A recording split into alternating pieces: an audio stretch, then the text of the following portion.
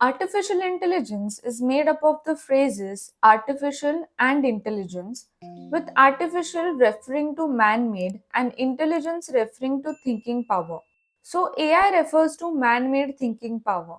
Artificial intelligence can be categorized in different ways. The two broad categories are capability based types of artificial intelligence, based on how they learn and how far they can apply their knowledge. Under this, we have narrow AI, artificial general intelligence, artificial superintelligence. Second one, functionality based types of artificial intelligence. Functionality focuses on how AI interacts with its environment and process information.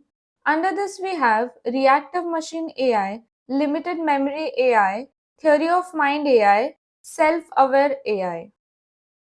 That's it for today's video. Thank you for watching. If you like the video, do like, share and subscribe to our list. Also press bell icon to get notified.